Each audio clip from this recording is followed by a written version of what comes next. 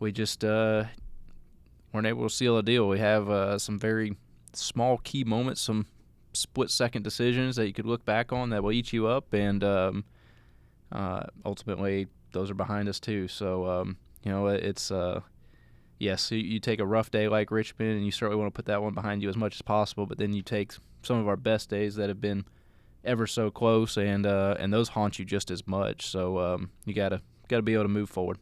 I keep waiting for random fans just to do it, but I think they're all being too polite about it. I think they're not gonna tell you to shut up. Completely on board. If somebody just screamed at me, "Shut up, Chris!" randomly, I'd get a kick out. That'd be fantastic. You have permission, is what he's saying. Absolutely. I've shut been up, Chris. Yeah, been shouted way worse things at me. So.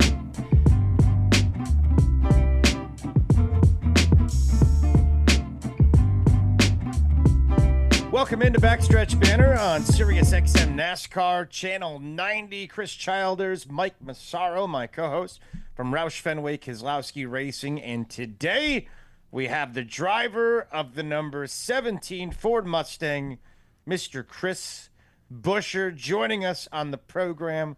Mr. Buescher, hello, sir. How's it going? Good to see you again.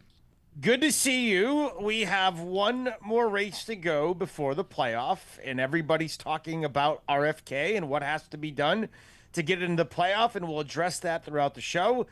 The season so far, this is our first time checking in with you throughout the year so far. It's great to have you, by the way. But how would you describe how this season has gone, the ebbs, the flows, getting to Daytona this weekend?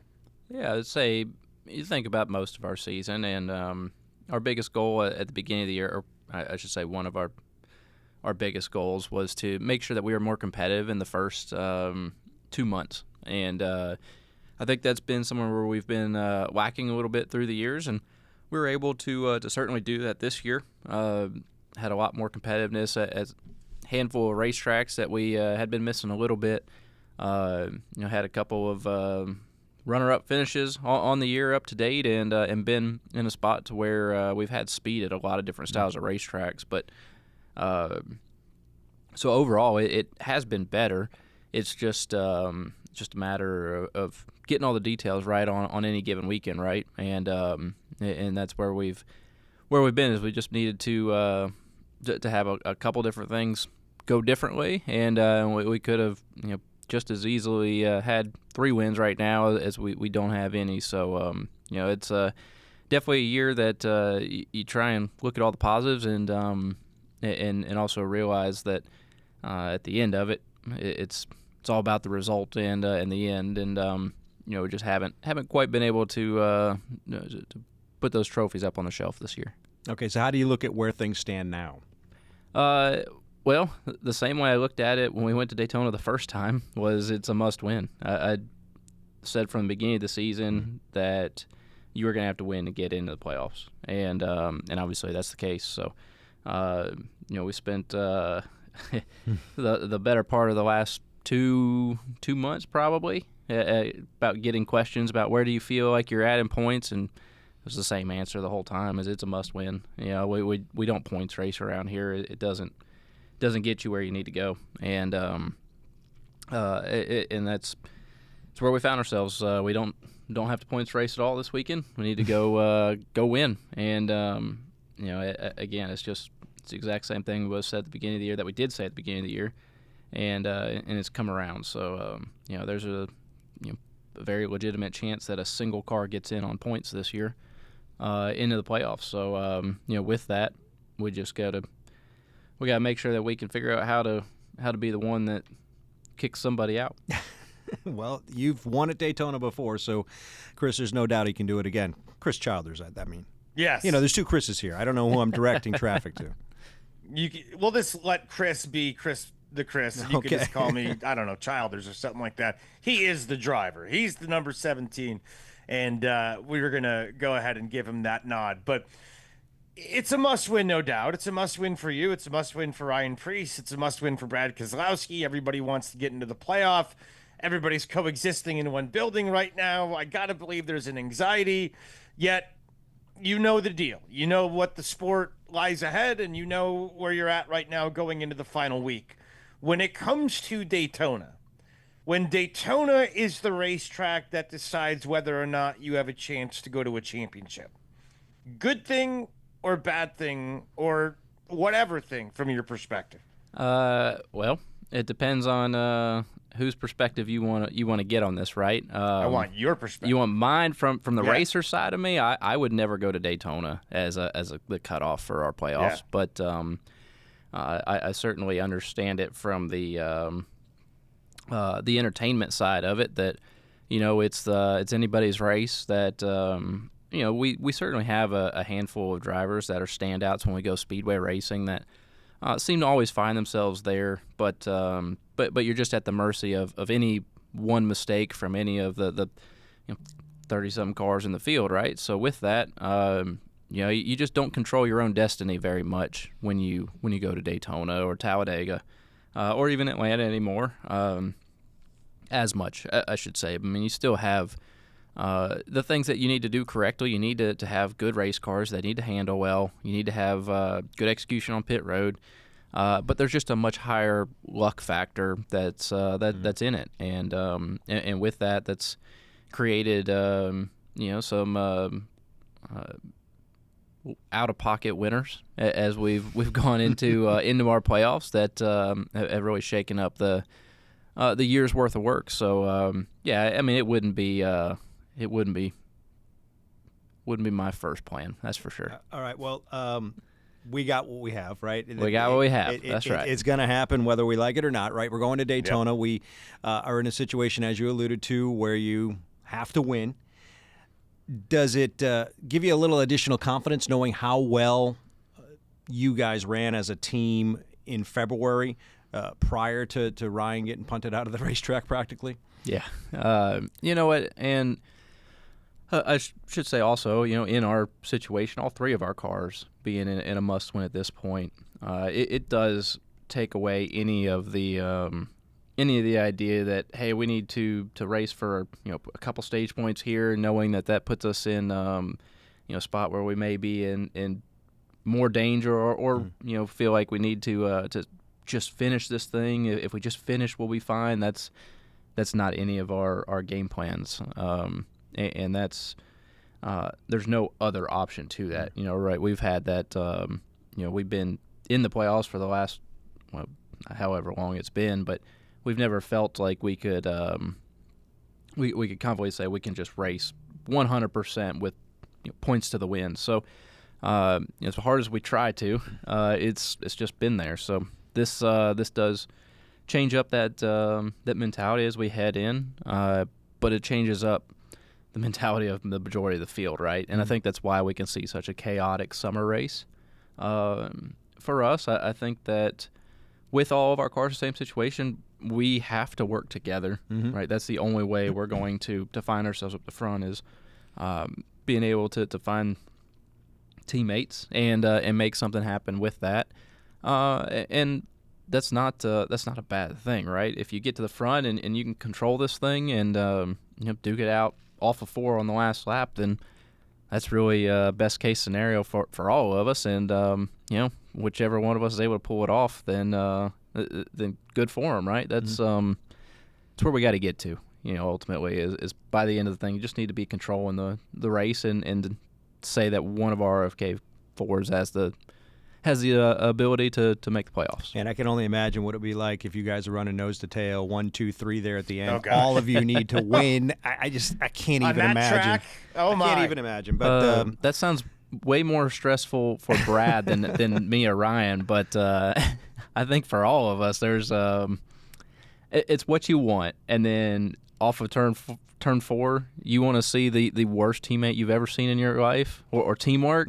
I promise we will split 3 wide. We will block the entire racetrack, and it will just be this 3 wide drag race to the finish line. Well, going for it. Yeah, I know there'll be a lot of people with their hearts in their throat at that point, but it would be entertaining. I'd like to see it. That would be it. Yeah. Chris, have you seen Ryan's helmet for this weekend, speaking of flying off the track last time? I haven't seen it. He told me a little bit about this in passing. Nope, so I haven't seen this yet. I'm going to hold it up to the Zoom screen here. If you see that? like the Air Force. Top kinda, Yep, fighter pilot. Yeah, it's pretty awesome, actually. That is so awesome. Ryan's going to be rocking some cool headgear for the weekend. Here, look at the side with the Oh bird yeah, right there. yeah. I mean, it's pretty sweet, no question about So it. I'm impressed, right? Like it's I've been upside down twice now, in Cup cars and 3 in my lifetime racing, and a couple more times on side by sides and all that. But none quite as spectacular as my Talladega rollover back in my rookie season, and kind of tying into Ryan's helmet here. I just told everybody I was getting my first flight time. Apply for my pilot's license later. I landed perfect, ish.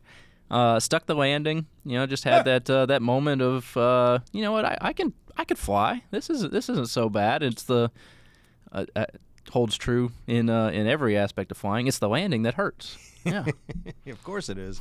You can laugh at it now, but my guess is you probably weren't laughing then. No, many thoughts that I probably don't even need to say out loud right now going through my head at that moment. Does that concern you, though, the reality that, we saw what happened with Ryan in February? The car is the same, right? So does it concern you that could happen again?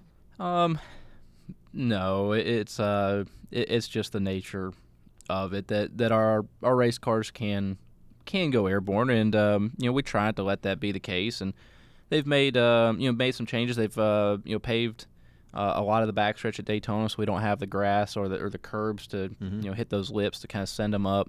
We got some body modifications that have come from NASCAR that are aimed to keep the cars on the ground a little bit better as well. At the end of the day, the cars are safe, right? It doesn't feel good.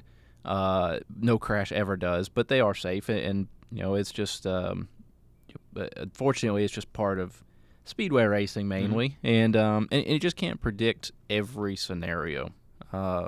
It's just wild to think about, but Ryan essentially wheel hopped a car in a full-bodied, full-fender race car. That's not really a thing, and it just happened. No real good explanation. So with that, how do you plan for that? You just can't. No, you can't. Chris Childers, again, I got to use the last name here today. I just to get back to the helmet fun that Ryan Preece is having. It just brought to mind this past week we had our partner summit in Washington, D.C., and as part of that, we were privileged enough to go to the National Air and Space Museum, and the keynote speaker there was an actual astronaut. Cool. And he and Ryan Preece were able to interact. That was kind of cool, right? To hear from an actual astronaut. Yeah. That was. Doug was very interesting to listen to. Doug Hurley, that is. Hurley, yep. And very interesting to listen to him and how nonchalant he was about just going to space a handful of times and doing the first SpaceX flight to space and just going through my mind at the same time. I was like, man, I'm terrified of flying. I don't know how. I don't like getting on an airplane, and I'm forced to do that 80 times a year, and here you are strapping into something that just sends you into orbit, no big deal, and just kind of shrugs it off. It was unreal. I didn't know that you were afraid of flying. Yeah, I actually think it's a lack of control thing. Yeah, I'm afraid of flying. Really? Yeah. Would you ever? But if you could control it, would you ever try to learn how to fly a plane? Or I no? think so. Okay. The most comfortable I've ever felt in a plane. Our old, he'll get mad if I just call him old, but it was our ex-engineer, old teammate of mine, and he came out to where we live. And we got in a smaller Cessna and flew over the farm, could see everything. And I was in the front seat, and he's like, look, I'm just going to show you. He said, I'm going to kill the motor. And I was like, whoa, hold on. He said, I'm just going to show you. He said, stall speed of this thing is I forget, I think it was 39 knots or something like that. It's insanely slow. He said, worst case scenario, engine quits, we crash at 45 miles an hour. And I'm thinking, all right, well, it's kind of best case scenario that you're able to glide down that slow. But he did. He stalled it out, let it tip over, and it comes right back to life. I don't know. I was, could see out everything. It was much more comfortable being in that situation than it's ever been in the back of a commercial airplane. Yeah. Well, as we alluded to earlier, you do have some flight time already accrued. Yeah. There you go. On the way, I got like you a do want to get that second and a pilot half. license. Yeah, we're Got good. a second and a half on his pilot license resume, 100%. Daytona in general, you mentioned how it's not the ideal cut line race. I know it's exciting. It's Daytona. It's going to add a lot of drama at the end because people are going to be going for it, but we know what going for it looks like in Daytona, and it can be crazy. I mean, we just mentioned Ryan Preece. It wasn't long ago that we had another driver in the number 6 that, had a crazy situation happen with this team that you were around for. So it is a crazy ass track, yet everything is on the line when it comes to the playoff going into the track. I'm curious what your wife says to you before you go to Daytona. Like, do you get a pep talk? Like, listen, do what you got to do, but I don't want to see any nonsense. I mean, what? You got a young kid at home. I mean, last year at Daytona, your wife's given birth at the beginning of the year. I mean, is there any pep talk going to these super speedways from Mama Buescher? A little bit. She typically just doesn't miss super speedways, so the whole family comes down just so that she can be there if anything happens right in the moment. So that's normal for us, but I think it's be careful. I know you know what you're doing, but be careful. The thing is, when you go speedway racing, they're just crazy, and you can only control so much, and so a lot of times you're just along for the ride. So they kind of are what they are. It'll be a fun race. I have no doubts about that. And like I said, our cars have been fast speedway racing. Mm-hmm. They've handled really well. We've been able to work really well together as teammates with Brad through the years, and actually we worked well with Ryan before he was an actual teammate here too. So we've had that on-track experience that can really be a blast when you find that right lineup and the right communication and teamwork to be able to make big moves. It can be a lot of fun. Yeah, and I know you guys had worked together pretty well in the February race, and so I anticipate that'll be the case again. Yeah, absolutely. Yeah. That's again, we have to be there at the end first to fight each other, right? Mm-hmm. So exactly. You got to come off of turn 4 and say you've got a shot at winning, and then let everything fall as it will. So I still say that our 1-2 finish here, was it 2 years ago now? I still say that with the right help behind him, Brad absolutely would have pulled out and doored me to go by, right? Like, I believe that, and he may admit it, he may not. But it was just one of those where the help behind, him, but which worked out great for us because we had nothing to worry about from Brad or anybody else, which Brad I'm sure would have liked to have a little bit more momentum. But the entire group behind us went to 2-3 wide racing, and no one had any runs, which took away Brad's help too, right? So I fully expected to be, side by side, him dragging his car down the side of ours all the way to the finish line. Like, I figure if the right scenario is there, that's going to be how it finishes. And you know what? That's how we want to do it. We want to make it exciting and have a good, clean race all the way to the end. But it's part of being teammates and working together. There's a lot on the line as we head into this weekend. One of the it stuck with me, and Brad told me this when I came back to Roush, and Brad came over on the ownership side of things, and had a big discussion because he is a phenomenal speedway racer. He right? Is. He's amazing. One of the things he I asked about, how do you work with teammates when you go speedway racing, because you need each other, but you're still competitors. And the thing that he said that's just stuck with me is if you have an opportunity to win a race with an RFK Ford, do not let third place win because y'all got into it yourselves. He said, just make sure one of you wins. Make sure you have that opportunity, and that you don't do anything so out of pocket that it ruins both of your days. That you should push and shove and have it be exciting all the way to the line. But just if we're in the fight, don't let a third That's great advice. non-RFK car win. I mean, you kind of just it was on my mind as you were talking about that. Brad is an amazing super speedway racer, right? I mean, he's had victories, at Talladega and Daytona. So just behind closed doors, and you don't have to tell me what it is because we don't want anybody else out there to know. But are you guys open with your communication as far as technique and things you need to do to win at these places? Yeah, absolutely. We go through a lot of meetings and discuss different moments, film review, and kind of try and find everyone's mindset in certain moments. Replay it, and if it didn't go how we wanted it to, it's more of what was your thought process here? Why do this instead of this, so I can be more prepared to work with you quicker next time. A lot of that goes into speedway racing. I mean, I would imagine you can learn a lot from a guy like that. I mean, some of that, I think, for Brad anyway, I mean, I don't know. I've never driven a race car, but some of it just seems like natural instinct for him. I mean, it has been since the very beginning of his career. A long time, right? Right. Sometimes it just clicks. Chris Buescher, driver of the number 17 Ford Mustang, the third Ford Mustang this weekend as we go to Daytona. Let's take a break. We'll come back. We got more with Mr. Buescher coming up. Stick around.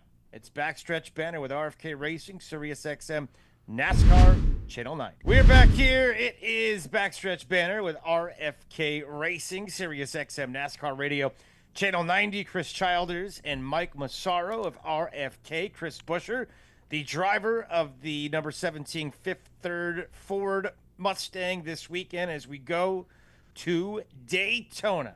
Last race before the playoff.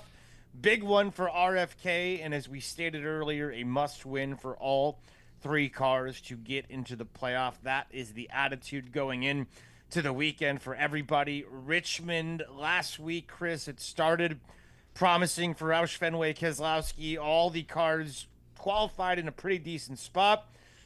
Friday, Saturday, not as good of a day. We got to talk about it. I didn't want it to be the case. Nobody wanted it to be the case. It was one of those, what the hell? But what happened from your perspective? Your words on what happened at Richmond, sir. We don't have to go there. but at the end of it, we've gotten a lot better at Richmond through the last handful of years, and felt pretty decent Friday and got in the race Saturday, and it wasn't a bad start. It was a bit on the free side, in and off, and we were able to get that a little bit better. And then as we went into the night and got closer to the end, I guess the final stage, we ended had a really good long run that was setting us up to be able to make that last green flag stop and run it to the end. And for whatever reason, we didn't make any changes. We just put tires on it, and our last run just went insanely loose. So ended up just hanging on, run the top of the racetrack actually all the way to the end because I couldn't even pull it down the hill to run the bottom or even the middle. So we ran the top just trying to hang on to it. And I ultimately just lost a ton of spots there through the last run. So really rough finish on a weekend that had a lot more promise than that. It's funny. Well, I shouldn't say it was funny, but it was interesting to me afterwards. Ryan also had a similar race, right? That not same problems, but totally different problems, and also finds himself in a precarious situation because of it. But his comment, because I don't know if you know this, but he's a New England Patriots fan, right? So he's a Patriots fan. So he used a quote that came directly from Bill Belichick. He said, "We're on to Daytona." So that's a famous Bill Belichick comment he made years ago about they came off a game where he was asked repeatedly about the game. It wasn't a good game, so he just spun it forward and said, "We're on to Cleveland. We're on to Cleveland." And he repeated that. That was basically the attitude that Ryan had. He said, "We're on to Daytona." Is that essentially the mindset for you right now, too? That's pretty much Put it. Richmond behind you and say, "We're on to Daytona"? Yeah, there's nothing that we can go and fix on that right at this moment. So what's done is done, and it's we didn't want to be in a must-win, but again, we just figured it was beginning of the year. Figured you're gonna have to win and get in the playoffs. Really did, and then we had and we've had a good year, right? We're sitting 10th in points maybe if you take away all the playoff stuff, which which is good. It means we've been fast, we've been consistent, we haven't had a lot of torn up stuff, but ultimately it just doesn't mean much with this format.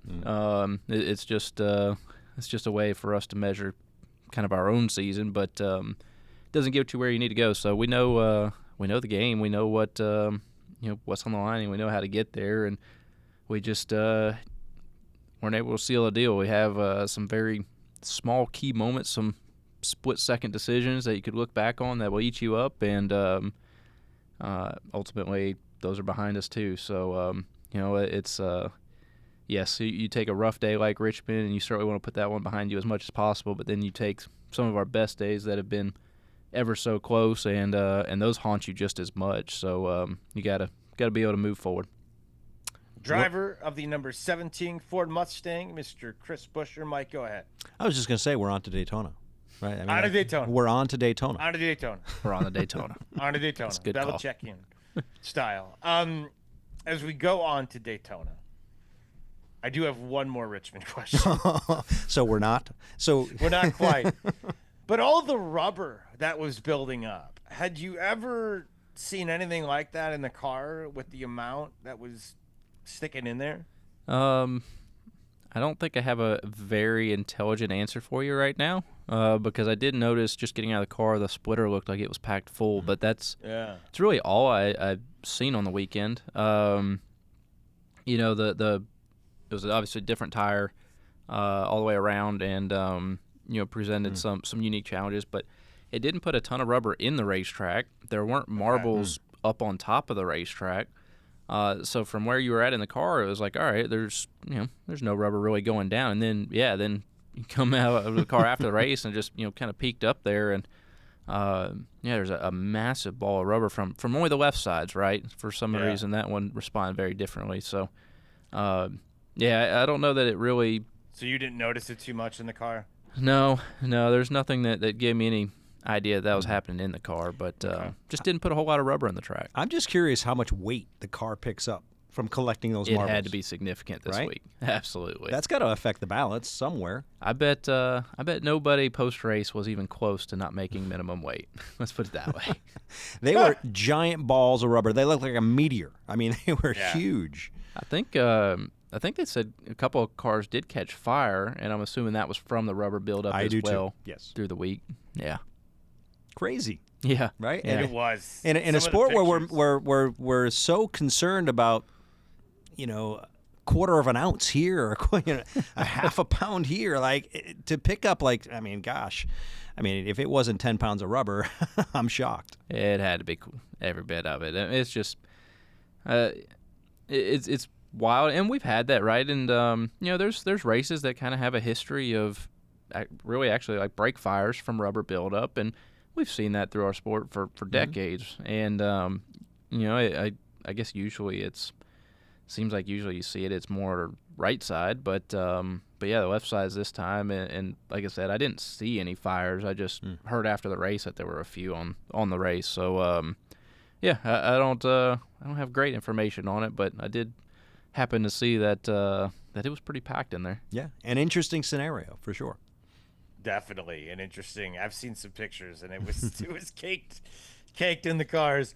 Chris Buescher, our guest, he is the driver of the number 17 Ford Mustang. Fifth Third is the sponsor this week. We got Little Bites and Capri Sun from Kroger on the 60. We've got Consumer Cellular on the number 6, and all of those sponsors would love to be in victory lane this weekend. In the case of the show that we're doing right now, we're going to be a little partial to Fifth Third because Chris Buescher is sitting with us, the driver of the number 17, as we get ready for Daytona. You've always been good with your partners, and we can talk about some of the partnerships next segment. We've talked in the past about things that you've done with Fastenal and things you've done with other places and showing up and meeting all the employees, and you've understood that this is a part of the game. You have to have money and you have to have sponsors, and it's mutually beneficial, and you certainly get that, and you seem to be a person who is a good people person anyway. So I want to get into. Mike was telling me there's some, interesting dynamic. How much time do we have, Chris? We got a lot of time for this. This is a pretty good conversation. Okay, good. Well, I think we got enough time. All right, we'll good. Get a good partner conversation with Mr. Buescher when we come back on Backstretch. We're back here. It's Backstretch Banter, Sirius XM NASCAR Channel 90. Chris Childers with Mike Massaro of RFK. Chris Buescher, the driver of the number 17 Fifth Third Ford Mustang this weekend going to Daytona, is our guest. We are coming off of Richmond, going to the final race of the season before we get to the playoff, and all three RFK cars are in a must-win mode this weekend. You know, we've had some great sponsors with these cars throughout the years, and this year, no exception. Consumer Cellular, and this weekend, Consumer Cellular is going to be on the 6. Fifth Third, as I've said a few times, going to be on the 17, and then Little Bites and Capri Sun on the 60. Buescher, I know you have done a lot with sponsors over the years. You kind of understand that the relationship part there with the people that are giving money to make these cars go fast is pretty important. Before we get into some of the details, and I know Mike's got something he's dying to talk about. Oh yeah, there's lots to talk about. Give us an idea from a racer's perspective, how you look at the partners from a vital part of the business perspective. No, you know what? I've met some of my best friends that were just partners, right, in racing through the years at first, and you realize real quickly how how influential the racing side can be for our groups, and how much we can really get out of our program for others, for them and their business, right? It's just it's a unique sport in the way that we do it, right? And no other sports going to sit down and talk about how having Fifth Third and the ability to have money or get your money so that you can go buy a phone and use Consumer Cellular to call your friends and tell them they need to go with you to go buy some Little Bites and Capri Sun for the weekend, right? You don't have that in any other sport. Don't forget the Cinedust. Oh yeah. We'll get to Cinedust now. Oh yeah. And, but there's a lot of things that go into it, and then there's the side of it that you never expected, and it's some of the goofiness, the acting, which I'm not an actor, by the way. You're pretty good at it, though. I can fake it, I guess, which I guess that's the whole premise there. So, we have a lot of fun. We've had some great partners that have come in and really had fun with the program, have written stuff out that's just created a lot of fun. I actually. Before we dive into Cinnamon Toast Crunch, because that was probably the most notable one as of late. I seen a Cinnamon Toast Crunch commercial while we were at the track. We were in the lounge of the hauler before the race, and I watched the commercial come on, and they're not really shy with their brand, and it's definitely a little out there. It's a lot of fun, and I watched it. I was like, man, that's either Cinnamon Toast Crunch or that was an advertisement for Dexter. I'm not really sure, but we kept ours a little bit more PG than that. We had a lot of fun. It's it's a brand that I'd never realized how much of a following it had. I love Cinnamon Toast Crunch. I've been eating it since I guess I was old enough to say it, probably not even say it, and I didn't realize the following it had and how much fun that one was going to be. It has a following. I've seen the T-shirts and the hats, and I'm a huge just fan. all over the place ever it. since that. Yeah. So what you don't know, Mr. Childers, is that we had a production day here. Actually, I don't know if it was even production day. It was in addition to the production day. We had kind of a pep rally kind of day at the shop where it was Cinnamon Toast Crunch themed, and the employees here all were able to bring their families and have samples and have their pictures taken with the car, and of course with Chris, who was gracious enough to pose not only with all these family members, but also in costume, if you will, wearing a bucket hat. What I mean, how would you describe the costume? So we'll just go top to bottom. So we had the bucket hat, right? In some of the special boxes that you could get from Kroger, they came with some Cinnamon Toast Crunch Pit Vipers. sunglasses inside the box. That the pieces that go over your ears are actually mini spoons, so they're convertible. So we had those for the day. We had a button down that I have no clue where that one came from. And then had some Cinnamon Toast Crunch socks that I actually still have, by the way, that will definitely not right now. Okay. Yeah, my ankles are out right now. Careful. But those will definitely make an appearance when we're supposed to be dressy somewhere on the way and go sit down, and your nice suit pants gonna release the Cinnamon Toast Crunch. And then we had Cinnamon Toast Crunch Crocs, and let me be honest about this. I've never worn Crocs before. Not really my thing, but I did put them in 4-wheel drive, and that made me made me a little bit more comfortable in there. But they were out there. He's ready to go. Yeah, it was something. I like we had Crocs, a man. You gotta just own it. Yeah, oh yeah.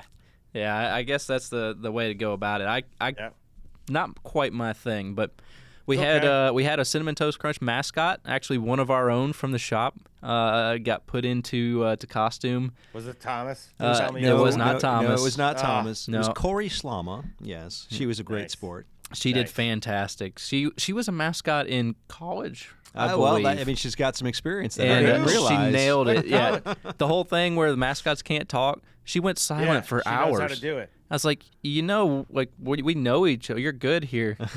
Nope. there was no conversation. It was awesome. So it didn't stop with the pep rally either. He wore the bucket hat to the racetrack, wore it on TV for interviews. Crew members wore the bucket hat too. These bucket hats has since disappeared. People have taken them and put them away because they've become collector's items. But it doesn't stop there. Kroger has activated repeatedly throughout the course of the year. There have been other options too, like Diet Cherry Coke. Chris was in retro 80s gear, right? So that was a little different. That's pretty what sweet. I hear. Yeah, I wasn't around for those, but some of us were. I didn't quite make it. Yeah, early 90s kid here, but that was a good time. Had some Vanilla Ice blaring on the Walkman for a little bit. That was tucked away in my fanny pack, my like aqua teal fanny pack. It was something. The only thing he wasn't wearing in that shoe was parachute pants, but maybe next time, perhaps. I wish somebody would have given me parachute pants because those shorts were a little awkward. Remember Zubaz? I do. Remember those zebra pants? Sadly, Massaro? I do. Yes, I never owned them. Sadly, I had. They still exist in my mind. Oh yes. Yeah. He would have been rocking those back in the day. So this all started at the beginning of the year, though, with the Consumer Cellular shoot, right? The video shoot, the commercial shoot, the half-off suit, and the cut-down convertible car, which will be on tour this week and perhaps in Daytona, sure. So that commercial has had legs too, right? People have remembered that commercial and the prominent role you played in it. Yep. I had a very. We did 2 different commercials that day. And I think I had one line in one of them that was just me screaming, "Brad!" And then the other one, I think I kind of questioned Brad's judgment and questioned if he was really sane, cutting everything around the shop in half. And he was just really snappy. Shut up, Chris. And so ever since then. Walter at the racetrack constantly, I will just be completely in my own world, and somebody will come up behind me, "Shut up, Chris." Like, got it. I know who that is. I know who that is. Talking about Walter Cox, who is an icon of the industry, working with the television crews. If you know, you know. Walter is a character of the game, and I can hear him saying that. Yes, he pulls it off a lot. I keep waiting for random fans just to do it, but I think they're all being too polite about it. I think they're not gonna tell you to shut up. Completely on board. If somebody just screamed at me, "Shut up, Chris," randomly, I'd get a kick out of that. That'd be fantastic. You have permission, is what he's saying. Absolutely. I've Shut been up, Chris. Yeah, been shouted way worse things. Do you think Brad enjoyed so. that? Getting to tell you to shut up? He definitely did. Yeah. Yeah, because we just kept redoing it. And they're like, "All right, that's good." Takes? And he just kept doing it. Yeah, they're like, "Oh, that one's perfect. Let's do it again."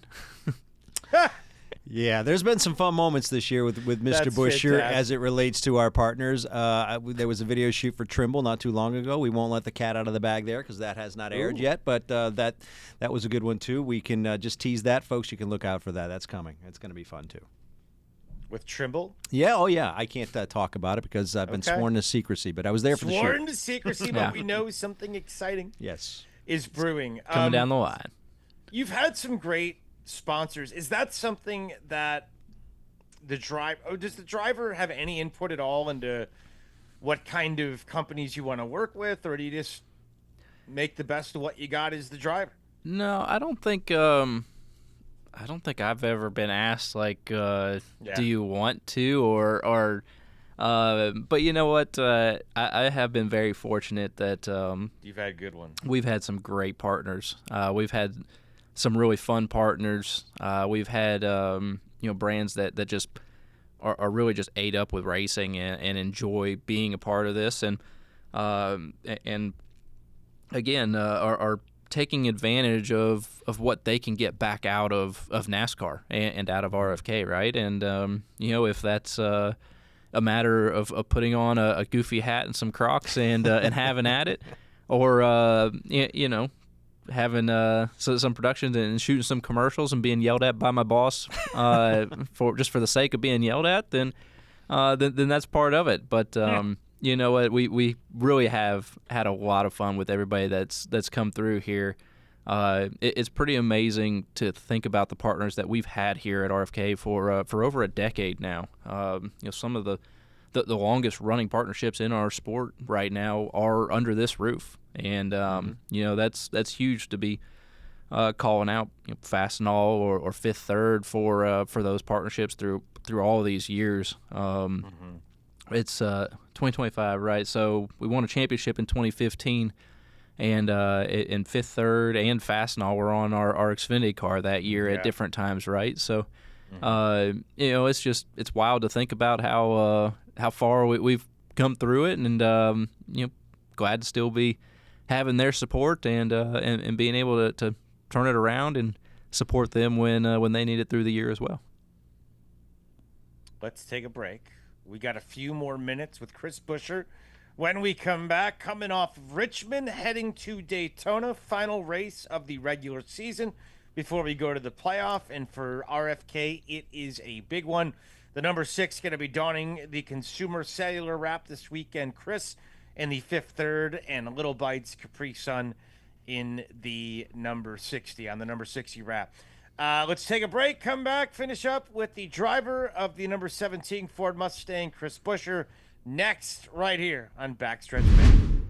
We're back, Backstretch Banter, Sirius XM NASCAR Channel 90. Chris Childers and Mike Massaro from RFK. Chris Buescher, our guest this week. It's been a pleasure hanging out with him, driver of the number 17 Ford Mustang.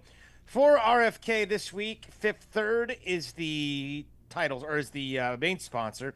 On the 60, it's Little Bites and Capri Sun, and on the 6, Consumer Cellular is the primary this weekend. Chris Buescher, it's always fun to hang out with you. It's been a blast today. You are a professional race car driver, but also a husband and a father. A year ago, when you were getting ready to kick off the season, you were getting ready to have your second child. That child now, I would assume, is, I don't know, crawling. Who knows what's going on, but how's fatherhood? How's all that going down? Awesome, man. So Red is he's up in walking, terrorizing. Oh, wow. Yeah, terrorizing the basically the entire farm now, including his parents. So scaring us half to death most of the time. And then I think he's picking up on stuff so quickly because Charlie is she picked up on stuff really quick. She's brilliant. And that's really got me nervous as well. But I feel like I kept telling my wife I couldn't wait for the day that I can have like a real, not meaningful, but just a sane conversation, have a reasonable conversation with the kids, and be able to just talk things through. And I fear that she's just going to be too smart to be able to do that, and she's going to spin it back around on me. So I don't know. I'm a little scared. So actually this morning I had to change the diff oil in my pickup, and so I was under there putting the new cover back on, and Charlie crawled up under there with me, and she's grabbing all the bolts and threading them into the housing. she took the Nice. socket from me. She said, I do it. And so, she starts spinning around backwards, which we got her going in the right direction there. And, the whole righty-tighty, lefty-loosey thing. Wow. And got me back on the road this morning. So she's out there helping already. And Nice. and then Rhett's on his little airplane, scoot around airplane. He's not afraid of flying, I guess. So so he's buzzing around the shop. So it's fun, so much fun having both of them, just watch them grow up quickly, and being able to come to the racetrack a little bit as well. They everybody came up to Watkins Glen, Daytona. I'm gonna come down there. Actually, we're working on going back to Daytona in November. I know it's kind of confusing, right? Because it's hard to figure out what race is there in November. February, August. We're going to go early, kind of get our feet wet. But Turkey Rod Run is, I think it may be the largest car show in the country, is at Daytona Speedway in November. I went when I was a kid. My dad used to go 20 years ago pretty religiously, and we just hadn't been a really long time. We've been really far away, and so finally decided we're going to try and figure out how to make it this year. Are there certain cars you go to look for there? No, I just like hot rods. My dad's a hot rodder. I like anything old. I love station wagons, actually. No kidding. Nice. Yeah, and my wife hates station wagons. Really? So if we find the right station wagon, we're buying it, and we're going to cruise home in that sucker. Do you have a favorite station wagon? No, I love... You want the panel? Yeah. You want the wood panel on the side? I don't like wood grain. No, that's not my thing. I just like the long, low, just like the unassuming. Looks like it was supposed to be the family mobile, and but I want it to be fast, right? That's amazing. You didn't know this, and I wasn't about to share this with our audience, but my first car was a station wagon.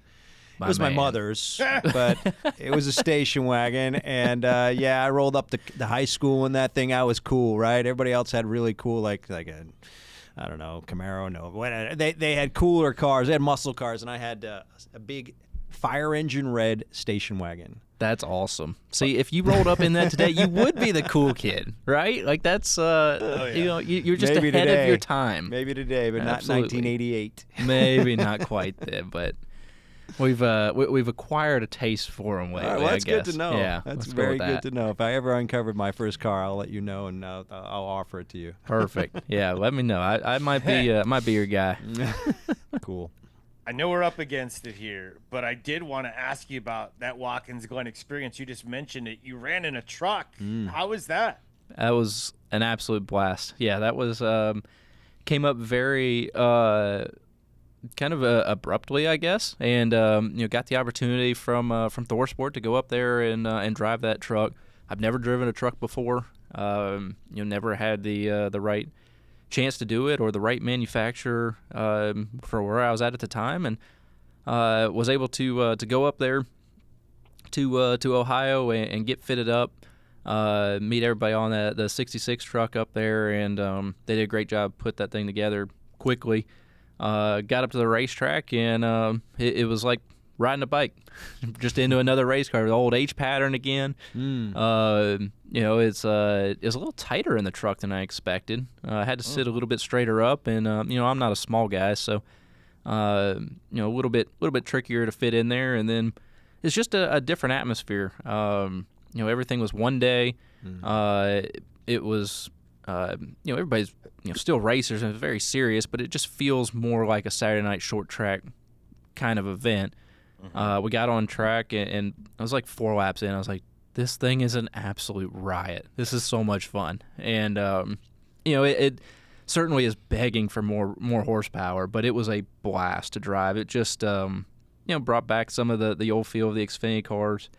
And then just its own character, trying to figure out how to get around that place in a truck and remember what it was like with old truck arms up underneath it. Again, the H pattern, splitter, trying not to slam it across some of the curbs.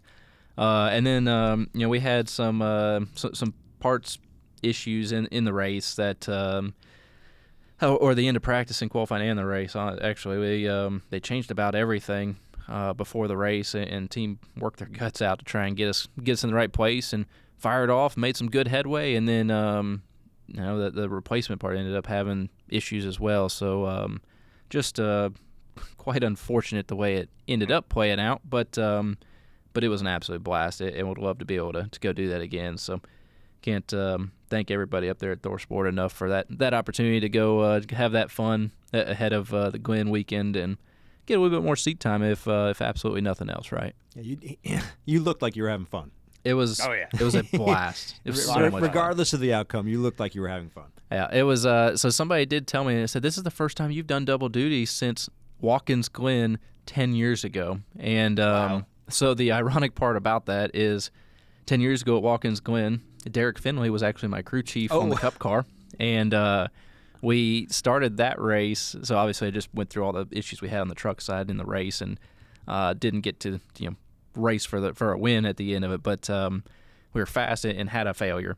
So we were fast in that Cup car that weekend, and lap 1 went down, I'll call it the backstretch, heading towards the bus stop, went from 4th, started slamming gears trying to downshift, and the shifter went to just a no man's land right there. Stuck in 4th gear, lap 1, first time around, rest of the race. Awful. We'll end on that note. Chris Buescher, driver of the 17. Chris, thanks a lot as always, man. Thanks for hanging out. You got it. All right. For Mike Massaro, I'm Chris Childers. What a way to end here on Backstretch Banter, Sirius XM NASCAR Radio. See you next week.